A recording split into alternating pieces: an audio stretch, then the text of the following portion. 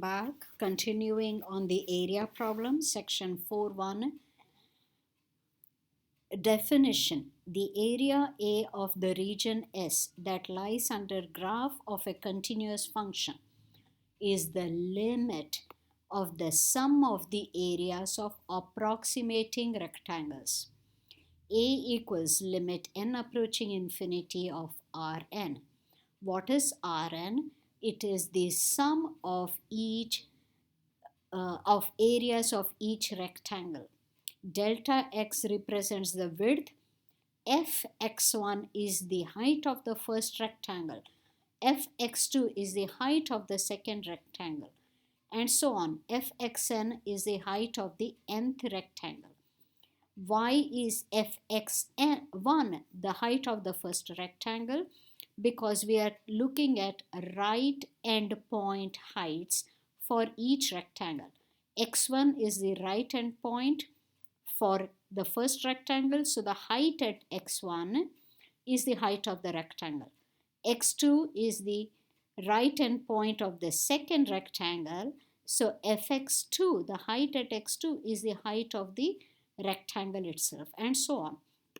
You have to take limit n approaching infinity to increase the number of rectangles. The more rectangles you have, closer the area you get to the actual area under the curve.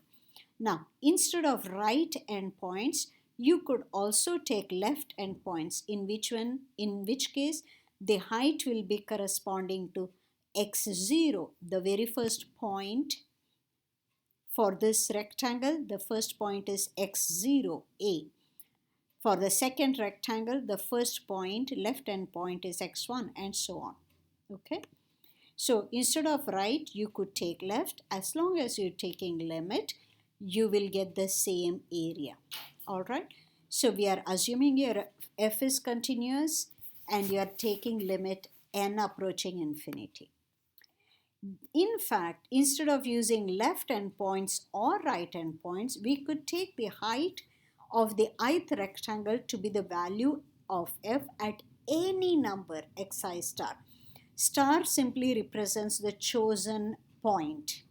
Okay, so in the first rectangle, you could choose a point x1 I somewhere in the middle. It doesn't have to. Likewise, x2 I somewhere in the middle.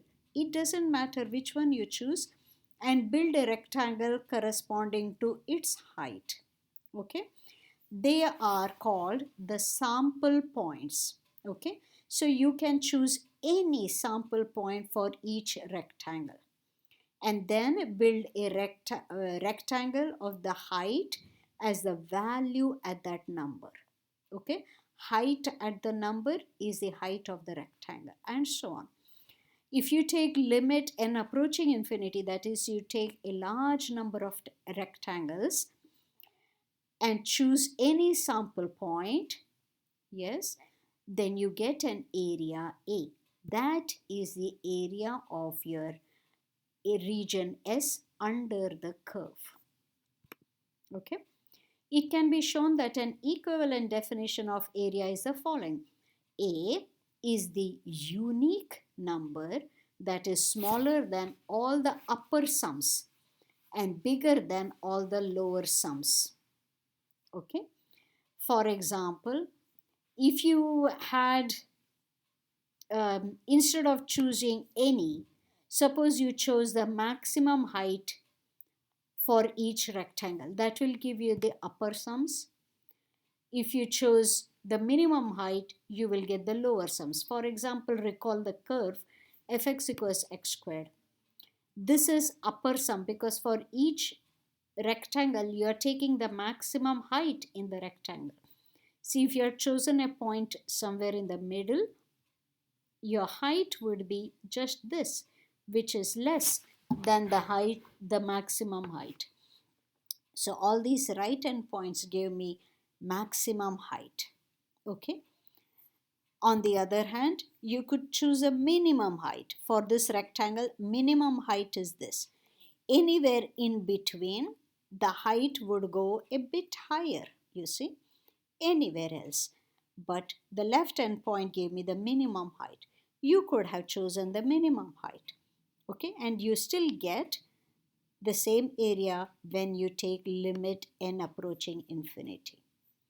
In general, we form lower and upper sums by choosing sample points so that the height at those sample points is minimum for lower and maximum for upper value of f on the ith subinterval.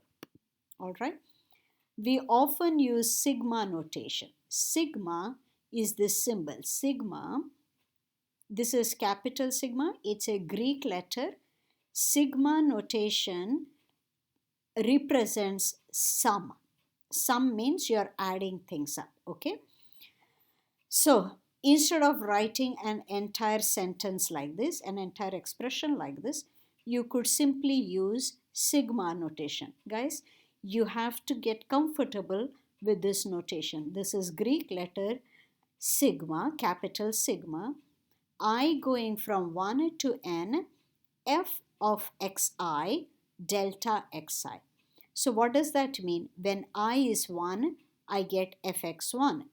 You see, I replace the I by 1. This means I is going from 1 to n. Say n is 100. Then after 1 is 2. After 2 would be 3. After 3 would be 4. So you would write the same expression, replace the I by 1, 2, so on until the last number 100 if n were 100. Okay. So instead of writing a long expression like this, you compactly write it like this using sigma notation. Now, in other words, our area can be written as, in sigma notation, sigma I going from 1 to n, that's how you read it. Sigma I going from 1 to n, fxi del x. Okay, so what is A? A is limit n approaching infinity of sigma I going from 1 to n, f of xi delta x. This is the right endpoint sum. If I were choosing the left endpoint sum, A would be limit n approaching infinity sigma I going from 1 to n, f of xi minus 1 delta x. Okay. So if you are using any sample point, then A is the limit n approaching infinity sigma I going from 1 to n, f of xi star delta x. Okay. Now, this is a special formula, summation. Oh, by the way, sigma can also be read as summation. Okay. Summation I going from 1 to n of I squared is n times n plus 1, 2n plus 1 by 6. This is an important formula. Okay. Next, the distance problem. We'll come back to this in the next video.